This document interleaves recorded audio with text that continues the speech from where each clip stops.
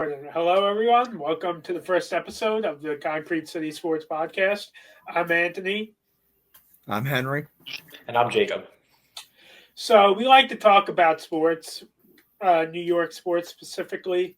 Anything Yankees, Giants, Knicks, Rangers, even though we won't be talking about those last two today, we will eventually talk about on this podcast. So, let's begin with the Yankees. So, guys, your thoughts on the Yankees hot stove?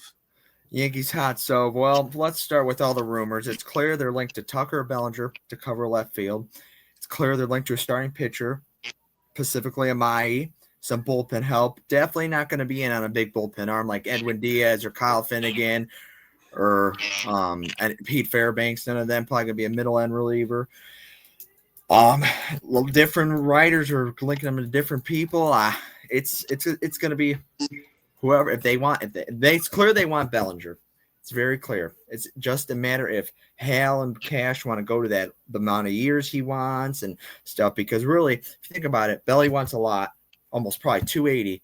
And if Tucker only wants 401, that's not a difference. Go get Kyle Tucker. Kyle Tucker and Aaron Judge. You cannot bank on Bellinger having 6 more good years just because he had 1 good year in the Bronx. He's inconsistent. You can't bank on that. You just can't. Absolutely. So winter meetings are starting. It's going to get crazy. I do really believe they're going to get him.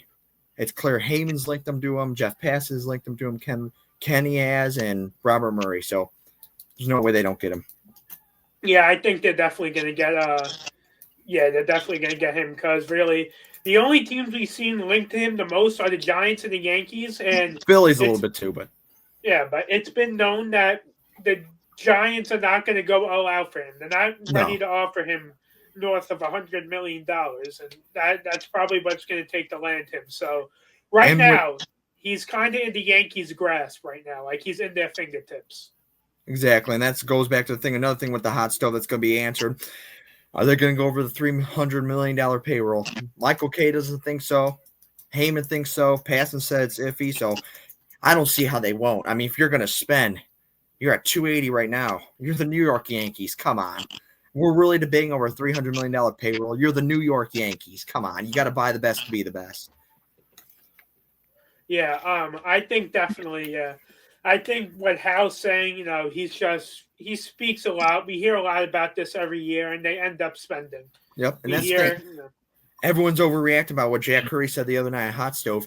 He provided the information he got from the Yankee sources. He's not saying they're not in on those people. Doesn't mean they have to tell them. They have been aggressive at the winter meetings. 2022, they got Judge back. 2023, they got Juan. Last year, they signed Freeze. So, yeah. Back to the topic on the outfield. I think right now, what you said about Bellinger is perfect. Bellinger, I think, is a terrible contract waiting to happen. He's a regression bomb waiting to happen. And I think right now, if you're the Yankees, you want Kyle Tucker in that outfield next year. Someone who's been consistent ever since he got to the major leagues. Someone with that who has won in the playoffs before. Someone that you just want, that you can rely on to be a good bat for next year. Exactly, and I really believe getting back Grisham, as bad as some people think it was, coming off a career year, I think that raised the chances to sign Tucker because he is a corner outfielder. Belly is a versatile player. But do you really want Belly playing the corner for a whole year? That's the thing, too. The Yankees flawed last year. You can check out Concrete City Sports latest article about the offseason cover and all this. Putting the ball in play, advancing runners, doing the little things right. They do not play the game the right way. Tucker is contact, speed, and power. He's going to move guys over. He's not going to consistently try to hit a home run. He's going to do the little things right. So. Yeah. Also, that brings us to the topic. What's going to happen with Dominguez or Jones? Like, are they going to get some playing time next year? Are they even going to be in the system next year? Well, what I believe, they're clear they're going to trade one of them. But it's clear Hal, Cash, Booney, front office, scouts, they love Spencer Jones. So do I. And because you've already seen what Dominguez has done. He just played a full year in major leagues. We've been waiting for that. Everyone thought this would be the year. Jason Dominguez is our guy. Left field, next 10 years. Strikeout weight high. Horrible defender. Hit 206, I believe, with always a scoring position. So I think Dominguez is going to be the odd man out. So maybe for a reliever, maybe for a starter, see what happens. But I think they believe in Jones because Grisham's only on 1 year deal, and you can't go wrong with 1 year deal. So I think Jones is a center fielder of the future, though. All right, Jacob, you want to go? You've been sitting there. Yeah. So first, I'm obviously going to mention, we talked about Kyle Tucker, and honestly, I totally agree. I think we should just go out and give him whatever he wants because we saw last year when he was in trade rumors, and it actually happened very quickly. I feel like the rumors kind of started, and all of a sudden he just gets traded. And I just think that the Yankees were linked to him last year, and I feel like what you guys said about Bellinger having just being a bad deal waiting to happen. I definitely do see that happening. I would say just they have to go all in on Tucker, get some bullpen arms as well, and I really think we're gonna have see a bidding war for Kyle Tucker. I'm really hoping the Yankees can come out on top with Kyle.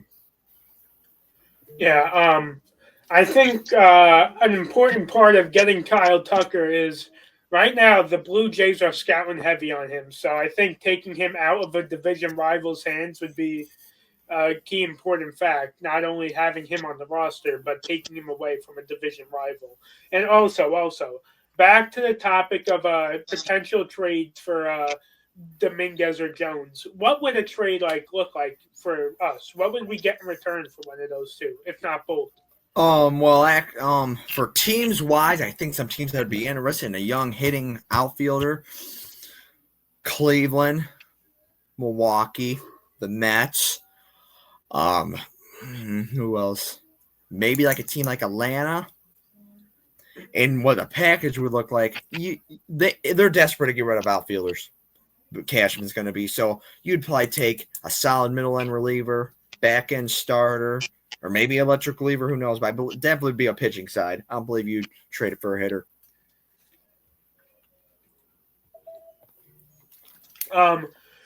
So change the topic a bit. Luis Gil, do we think he's going to be traded this offseason?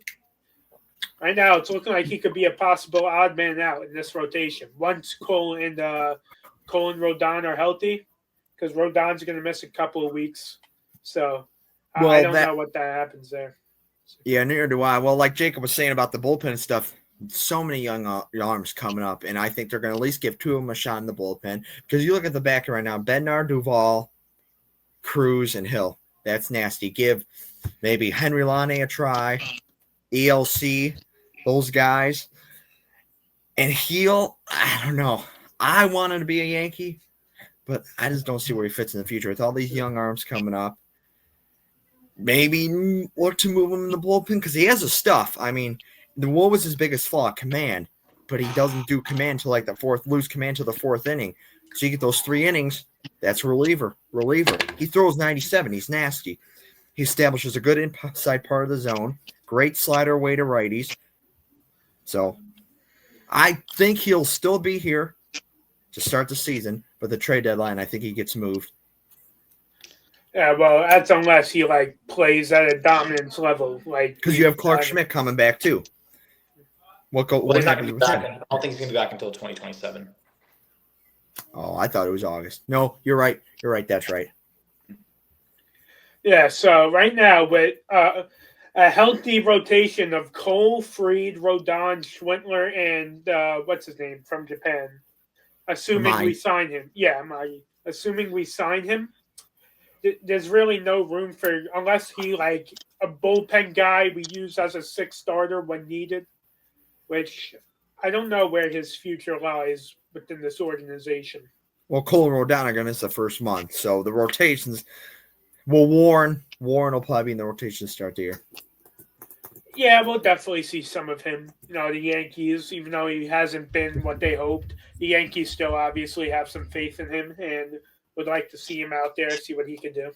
Kind of a spot where we have too much pitching, but you can never have too much pitching in baseball. So, yeah, on Warren, we've seen some of what the Yankees want to see this season, but we've also seen a lot of what they haven't want to see this season from Warren. Bingo. So right now, I think the Yankees, when it comes to the Yankees, main concerns are outfielder, outfielder for the offense. That's really Starter. the only thing. A starter, which is looking like it's going to be Amagi from Mm-hmm. Japan. And no, a leverage bullpen guy that we could use. All right, so I think that's gonna enough for the Yankees. Let's talk about the Giants, our New York Football Giants. A lot to talk Where about. to begin? Where to begin? Who to blame is the main question. There's a lot to blame. I think definitely has to start with the current ownership and the front office. I don't know if you guys were watching the press conference. First of all, it's just hilarious how our own GM, what was it, like 45 minutes late to his own press conference. I've never seen this with any team. And you look through the comments, everyone is just clowning fire Joe Shane. Like everyone is just like they're fed up. They want change in the front office. They're frustrated, and you know what? I can't blame them. Joe Shane I don't think he's done a great job of constructing this roster. I think when you look at his first two draft classes, horrendous. I mean, I just want to go back to that 2023 draft class. It's just the Deontay Banks pick is looking horrible. I mean, Jalen Hyatt has been like a healthy scratch for like how many games now? He hasn't really panned out at all. Not even close to maybe being somebody who can be like in the long term, can be maybe a valuable piece to your offense. Doesn't even look like that. And honestly, I wouldn't be surprised if those two players, Deontay Banks and Jalen Hyatt, were just not active the rest of the season. It's just looking like a disaster right now. And yeah, a lot of questionable moves from our GM, and I don't think he really has much of a future with the Giants organization. Yeah, when it comes to the Giants, it's there's just so much to talk about, so much what's wrong, so much of what isn't great, so much of what can be fixed. We could talk about this all day. Like, what is exactly wrong? Well, for starters, the secondary is absolutely terrible. Every game, it feels like they're getting burnt downfield. So that brings us to the topic of the draft. Who else to better fit this team than Caleb Downs, There we go. safety out of Ohio State? He's absolutely generational. I think he'd be perfect for this team. Love it. Generational talent. The Giants have been needing just a franchise cornerstone in the secondary. And, I mean, the Giants are probably going to be picking in the top 5. I think most likely they're going to get a lot of trade offers to maybe move down a little. And maybe they're picking in the top 3. Maybe they get the number 1 pick. I don't think that's going to happen. I think there's teams like the Titans and Raiders where easily can lose out. They look much worse than the Giants. The Giants, especially late in the season, have shown they like to show a little more potential and some flashes. And, get the fans a little excited going into next season. And I still think there's a lot to be excited about. Don't get me wrong. But I do think the Giants will end up with a top 5 pick. Our schedule obviously was very difficult. A lot of close, just heartbreaking losses. The Giants could have been a Super Bowl contending team if the season was only with 3 quarters instead of 4. And we've seen it. It's frustrating. I understand, but the future looks bright. Another top draft pick, get a generational talent, and the Giants are going to be in a great position, I think, going into next season once they're fully healthy. Malik Neighbors, Cam Scatabo. I mean, it's such a disappointment that Jackson Dart, he's made his debut in week 4. And first half of that game, Malik Neighbors, torn ACL. Just frustrating, but, he was dealing with some injuries before. I think he had some toe injury.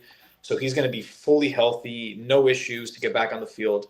And we're going to see him out there in week 1, 2026, even before. But looking forward to it. The future definitely looks bright. And I understand there's a lot to be frustrated about right now, but just got to be patient. I think everything will be heading in the right direction as long as we don't mess up this offseason and the draft. Yeah, I was actually at the game when Dart made his debut, but hold on. But yeah, there's definitely a lot to look forward to.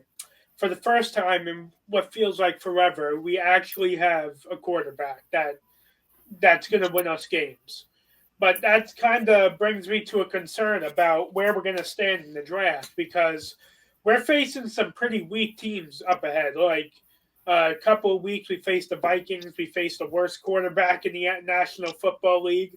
we're actually going to be at that game. Two of them.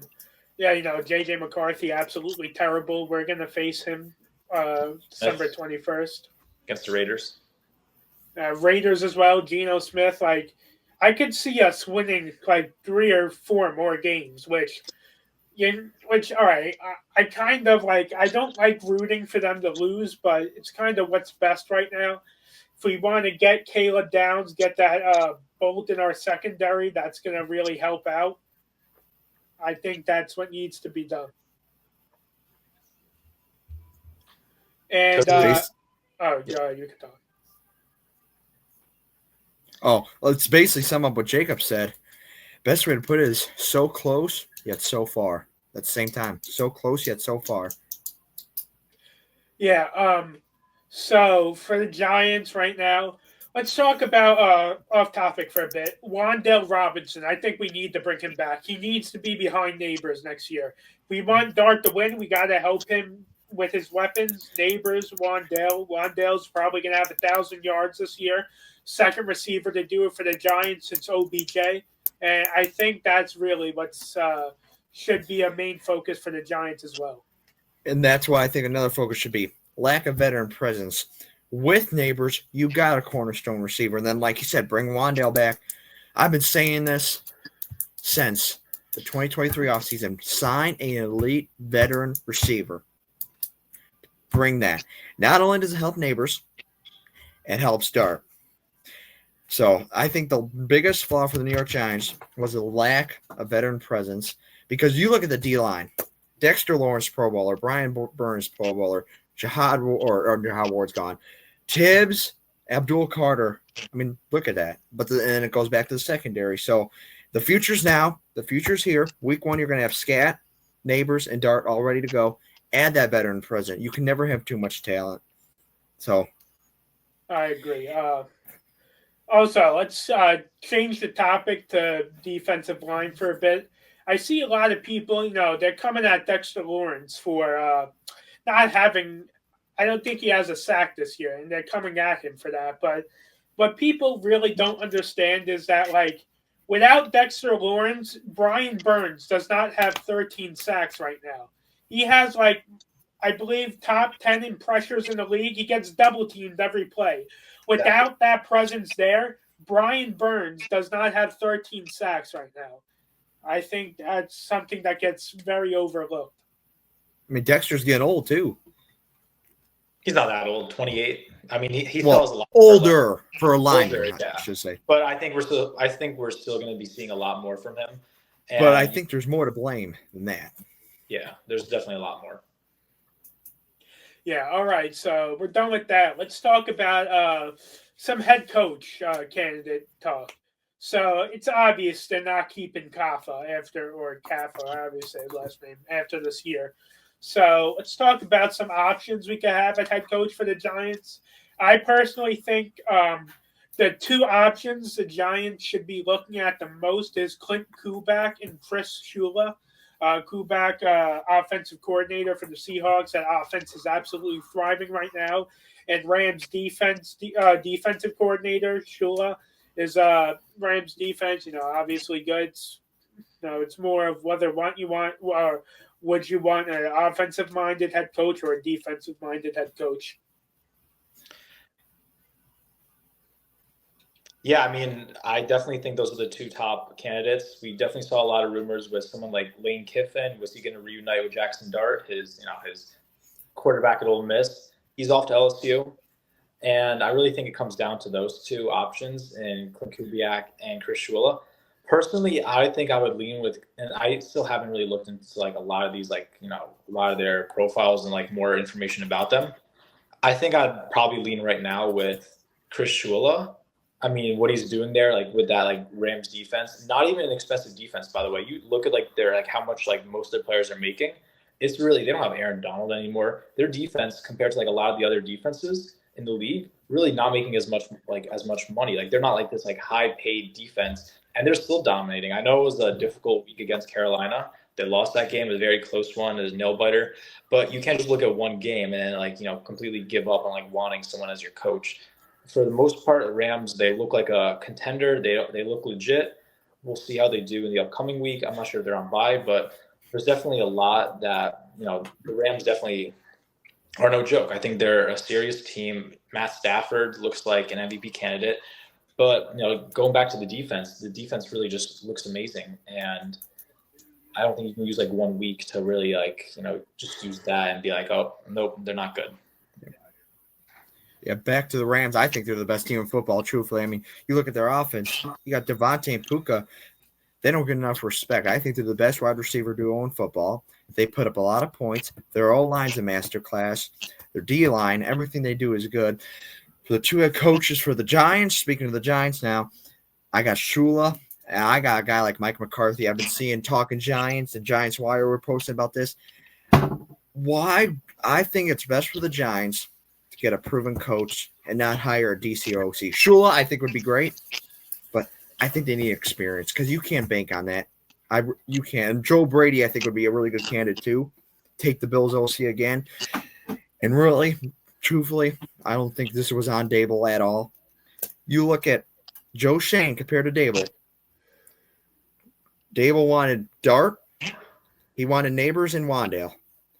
Shane wanted Evan Neal, Jalen Hyatt, and Deontay Banks. So, do the math. Yeah, I'm going to have to disagree with you on Mike McCarthy. I want him nowhere near the Giants. Shouldn't say Mike McCarthy, a veteran coach. That's just the name. All right, that makes more sense. Yeah, that's better. But Mike McCarthy, I think, is a bit past his time. John Gruden. Yeah, Gruden definitely. I wouldn't mind. But I've seen rumors of them recruiting a coach from college football. I've seen names like Marcus Freeman get thrown around, and I'm not sure how I would feel about that. I think that'd be a big risk because we've seen plenty of elite college football coaches come to the NFL, and we've seen them fail and head right back to college football.